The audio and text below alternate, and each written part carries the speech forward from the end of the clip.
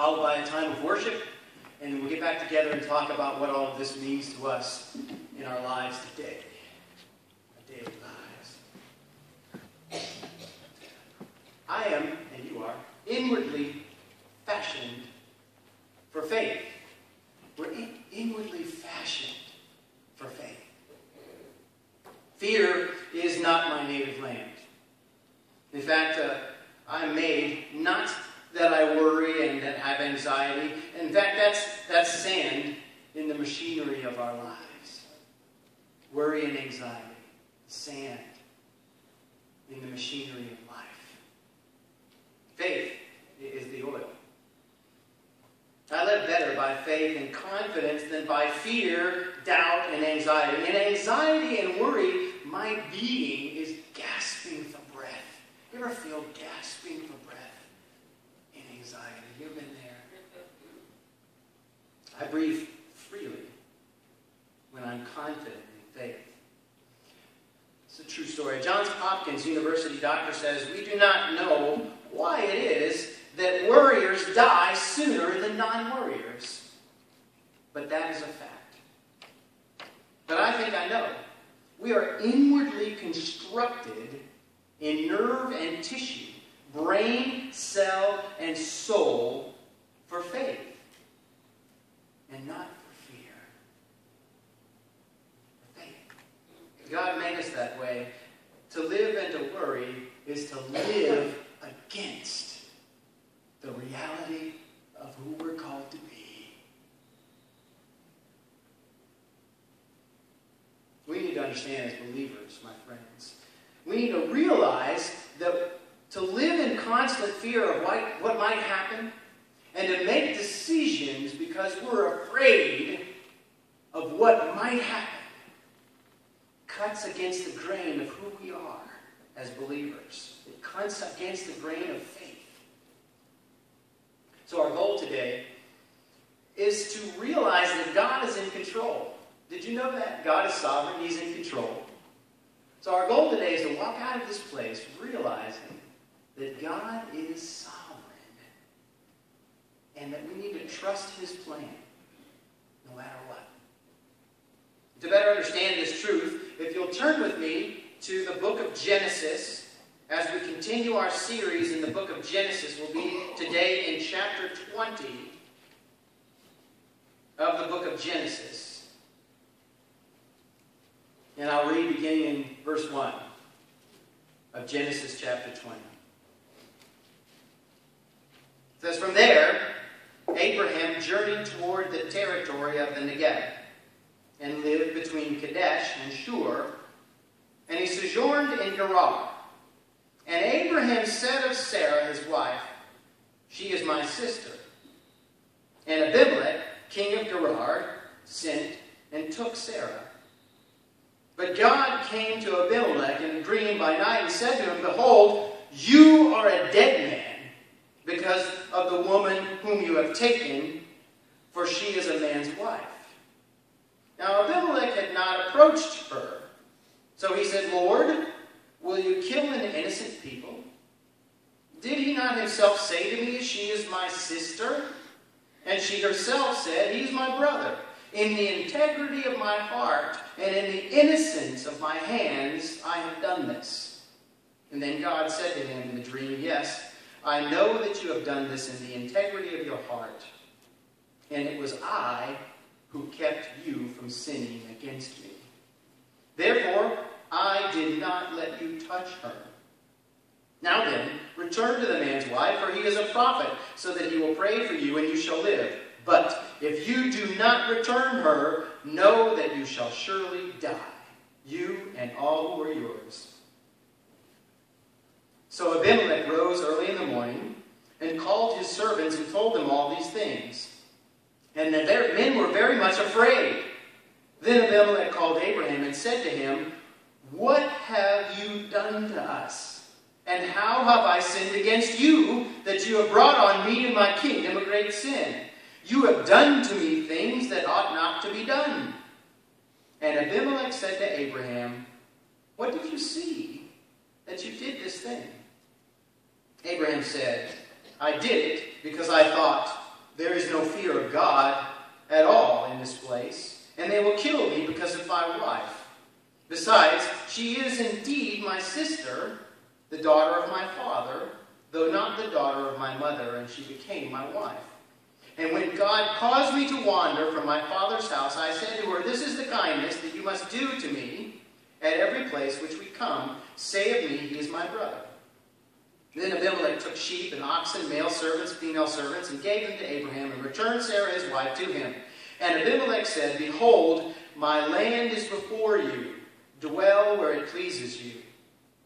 To Sarah he said, behold, I have given you your brother 1,000 pieces of silver. It is a sign of your innocence in the eyes of all who you are with, and before everyone you are vindicated. Then Abraham prayed to God, and God healed Abimelech, and also healed his wife and female slaves, so that they bore children. For the Lord had closed all the wombs of the house of Abimelech because of Sarah, Abraham's wife. May God add his blessing to the reading of his word. So, here we have this set of circumstances where Abraham is afraid. He's so afraid, in fact, that he asks his wife to lie and say that they're brother and sister. And the circumstances that come about as a result of that are far worse than Abraham would have anticipated. Look at verses 1 and 2. Notice that the text says from there, indicating that following the destruction of Sodom and Gomorrah, we talked about this last week, Sodom and Gomorrah and the destruction and so forth, and we see Abraham looking out over the valley and seeing the destruction of Sodom and Gomorrah, and the text tells us from there. So this was almost an immediate set of circumstances that occurred right following this event. And so he goes on this journey over toward the territory of Negev. Now, the text doesn't tell us why he did this. It doesn't say, Abraham thought, well, after that harrowing event, I think I need a vacation. Sarah, let's take off. Let's go on a long trip here. No, the text doesn't tell us why these events occurred. There is always significance to the events in the Word of God. But the text does not tell us why Abraham sojourned in this area. But what we do draw from the text is that Abraham is fearful of his life, and so he asks Sarah to lie. And apparently from the text that we read, this is something that he has planned out in advance. Hey, now, anytime that we sojourn, anytime we go on vacation, Sarah, you need to say that we're brother and sister. What a despicable thing. How terrible is that? Ladies, would you do that? But Sarah's obedient in this. Now, this is the second time that Abraham does this. He did this before in Egypt, and there were a despicable set of circumstances that came about during that time. But Abraham clearly didn't learn his lesson. Have you ever been in a set of circumstances and made the same decision again? I've heard once or twice that the definition of insanity is doing the same thing over and over again, expecting different responses. And here we have Abraham making these choices, these decisions, that he's already been through, and realized that it was a mistake, and realized that there were dire circumstances that came about as a result of his decision, and yet here he is again doing the same thing again. But we never do that. We always learn from our mistakes, don't we? Or do we? So, here we are. Have you ever tried to hedge your bets? Have you ever tried to look down into the future and hedge your bets and prevent circumstances from coming about that you are afraid were going to happen? You say, well, you know what? I'm concerned that this might happen, and so I'm going to hedge my bets. I'm going to make sure that doesn't happen. We ever done that? Made choices and decisions in our life to avoid pain. You ever done that? Well, here Abraham is making this choice, this decision. He's decided in his mind, I'm at risk here. I'm at risk because Sarah is a very beautiful lady. By the way, she's 80 years old. And she's so beautiful that the king decides to take her into his harem as his wife. So Abraham says, this guy's going to kill me. If I go in there saying this is my wife, he'll just kill me so he can take her for his own wife. And so you just lie for us here, Sarah, so that you preserve me, so that I'm hedging my bets. You ever done that? Hedged your bets. Clearly, Abraham didn't learn his lesson from Egypt. But this time it's different, my friends. This time, Sarah is not barren. Last time, you see, Sarah was barren. The text tells us over and over that Sarah is barren. But 2 weeks ago, we read in the text where the 3 men came to their tent, and Sarah goes and begins to prepare the meal for these men, and she's supposed to customarily bring the meal out to them. But for whatever reason, although she prepares the meal, she doesn't come out. She stays in the tent. Customarily, this would indicate that she was in her time. And that's why she laughs, because she realizes, I can get pregnant. I can get pregnant. And so the circumstances here are far more dire in their implications, you see. Because this time, the child of the promise is at risk. This time, everything that God has laid out in advance about what's going to happen through Abraham, all nations will be blessed through you, says God to Abraham, are at risk. Because he says, no, not through Ishmael, through the child of the promise. Sarah, your wife, this time next year will become pregnant. And here they cart off on vacation. And Sarah is taken into the harem of King Abimelech. There's an integrity of the child of the promise at risk here. Because you see, if Abimelech sleeps with Sarah, even once, then the father of the child of the promise, there's speculation as to who the father is. Do you see the danger here? Do you think Abraham thought through this decision at all? Probably not. Probably never even considered that Abimelech might take her as a wife. Look at verses 3 through 7. So God intervenes. He comes to Abimelech in a dream. And he tells him that he's a dead man. I'd like to have a dream where God comes to you and says, you're a dead man. Kind of freak out a little, I think.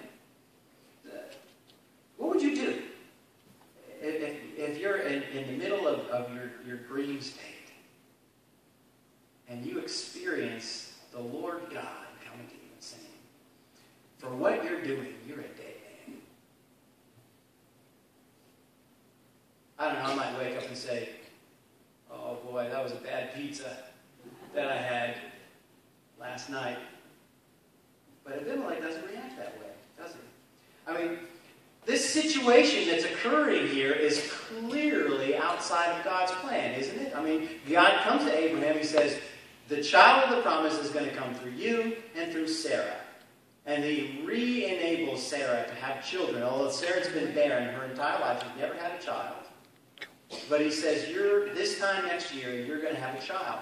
God's entire plan for humanity is at risk. Because remember what he says, all nations will be blessed through you. We know through progressive revelation, through looking back in history, that promise is the promise of Jesus Christ, Messiah. So God's entire plan's at risk because of some bumbling idiot named Abraham. Makes a dumb choice because he's afraid. We never make poor choices because we're afraid. Do we? We're always level-headed, always right there, you and me, Lord, right? Always praying for God's will in our life.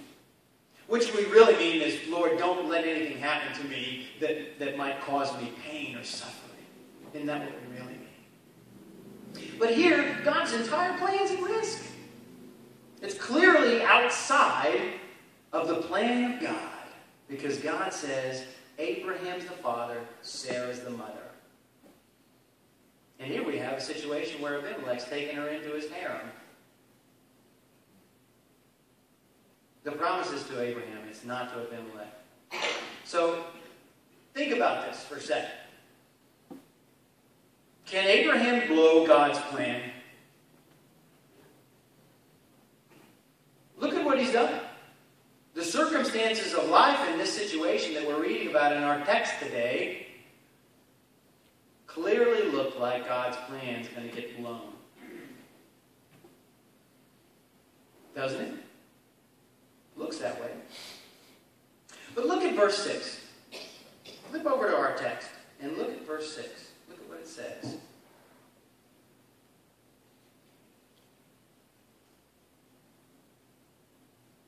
Chapter 20, verse 6 says this. Then God said to him, Abimelech, in the dream, yes, I know that you have done this in the integrity of your heart. Listen. I know you've done this in the integrity of your heart, and it was I, God, who kept you from sinning against me. Therefore, I, God, did not let you touch her.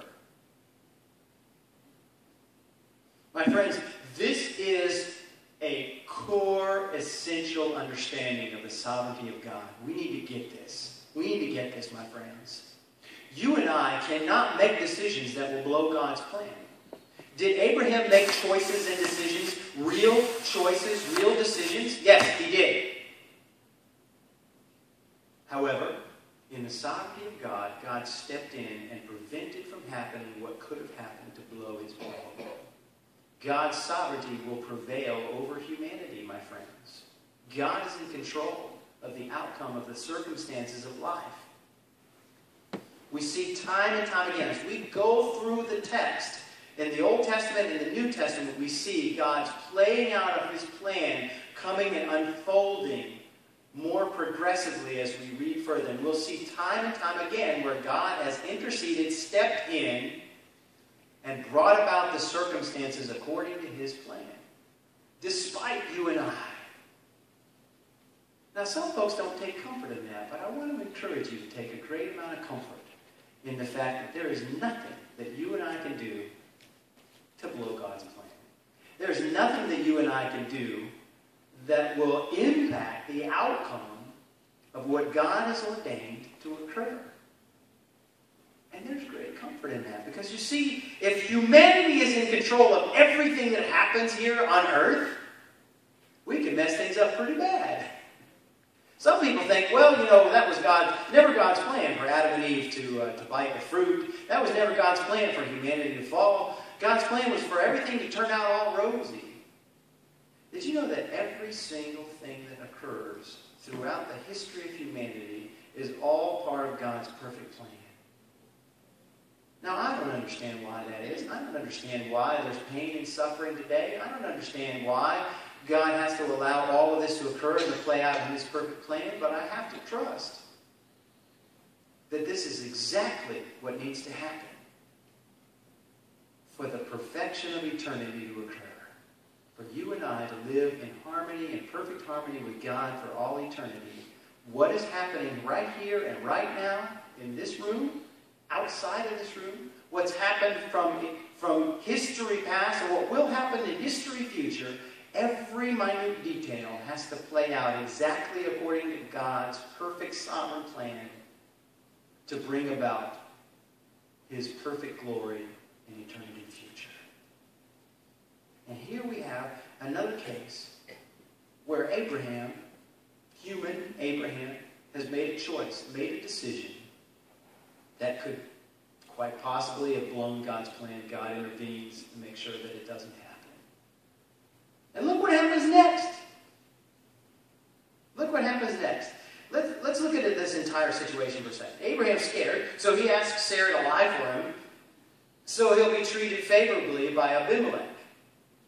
Things blow up. Abimelech takes Sarah into his harem. You got to believe that there was a great amount of anxiety that was going on between Abraham and Sarah at this point. I mean, can you imagine?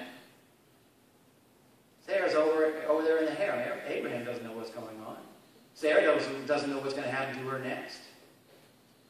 It's terrible, dire circumstances. Have you ever been in those circumstances? You made a choice, you made a decision, and you're looking at the circumstances you're in and said, this is probably the most unpleasant set of circumstances that I could ever imagine. Why in the world did I do this? You ever been there? I've been there.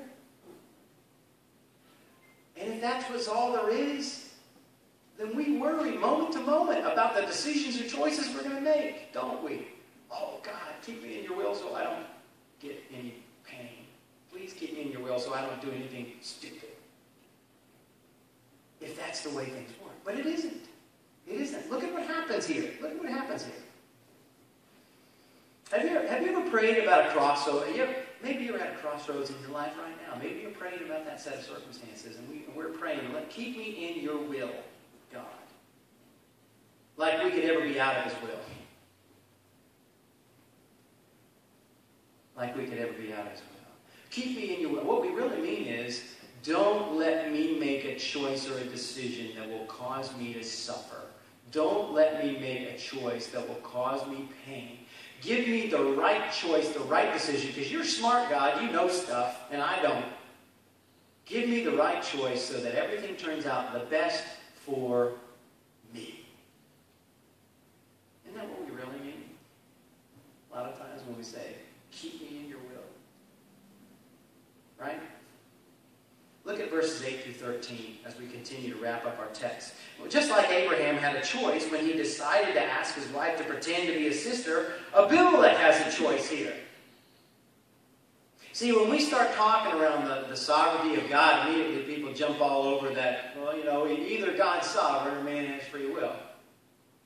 People ask me, do you believe in the sovereignty of God or free will of man? And I say, yes. Yes, I do. Because you see, it's more than both, my friends. It's more than both. Yes, God is sovereign. God sovereignly works out all of his purposes, but we see clearly here that Abraham is making real choices. Sarah is making real choices. Sarah made a choice to obey her husband and to say, yeah, he's my brother. How many of us would do that for our husband? And go into King's harem. I think at that point I might have said, guess what? I was just kidding. He's actually my husband. So can you go ahead and send me back before anything more despicable happens here? I might have said that. But she's obedient. Abimelech makes a choice. Look at what he does. There was no chance of any speculation on the part of the child of the promise. And so what we see here is a set of circumstances where Abimelech responds to God immediately. Now, his choice, he could have gotten up and said, I had a little too much to drink last night, so maybe the dream was kind of just a crazy thing. Maybe I ought to just sit on this for a while and see what happens. Maybe I ought to just consider, maybe possibly it really was God, even though I've never met God before or even considered God. Why don't I pray for a couple of days to make sure that this is the right choice? You ever done that? You ever known the right decision?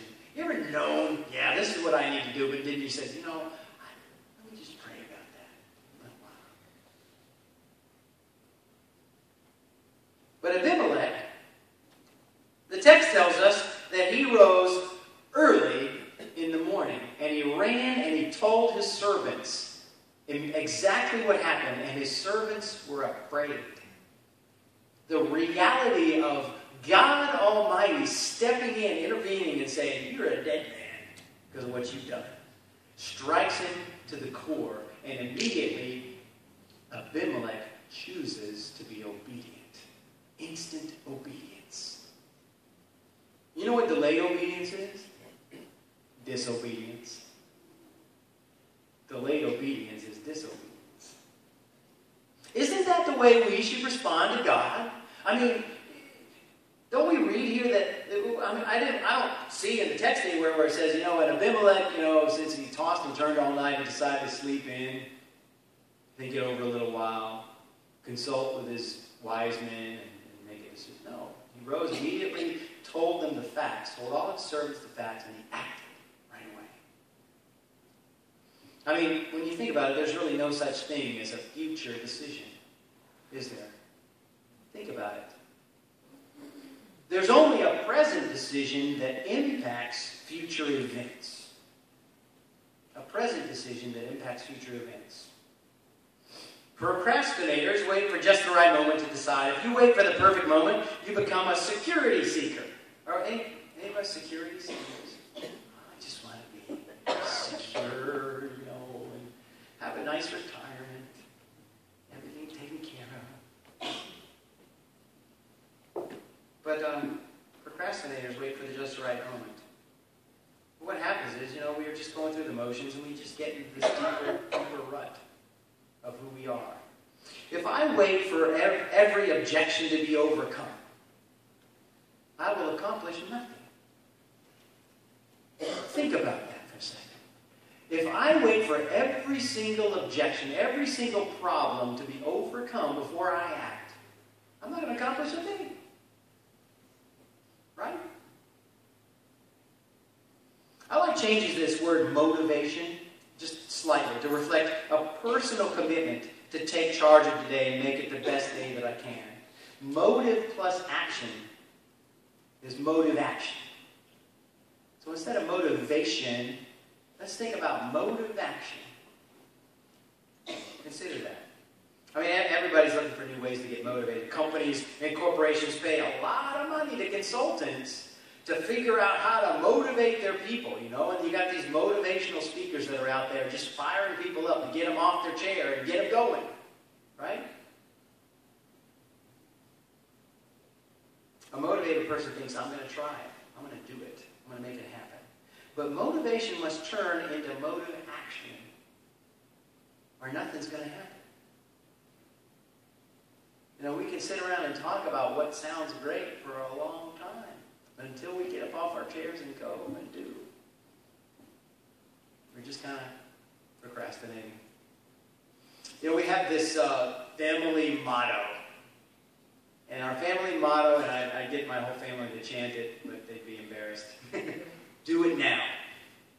Do it now. If it's right there in front of you, do it now. Don't put it off. Don't put it off. Look at verses 14 through 18 with me. Abimelech responds immediately to God and returns Sarah to her husband. Just in case that isn't sufficient, he blesses him with servants and oxen and all kinds of material wealth and so forth, and gives a bunch of silver to just rectify the situation and say, everything, no harm, no foul, all is well, all is good. So, you see, there was no way that anyone could say that the child of the promise is in question at all based on the circumstances. Because the last thing that we read is that God had closed up the wombs of all of the women in Abimelech's house. So there could never be a question. They could say, well, that's actually Sarah's son by so-and-so, and she just passed him off over here just to cover it up.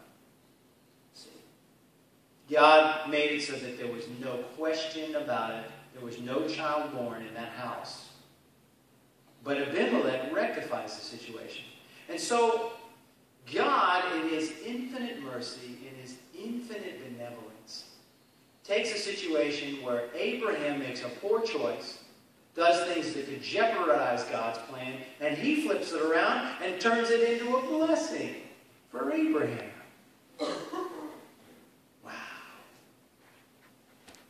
What an amazing God we serve. Despite your and my warts, despite your and my poor choices, that God can turn that right around and do whatever He wants with it and make the circumstances of life come out for your good. For your good.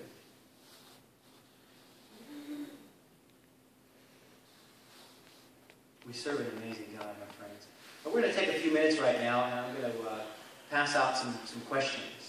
And I'd like you all to clump up into to some small groups here and just discuss these questions for a few minutes. And then we're going to get back together and we're going to do some more praise and worship. So let's do that.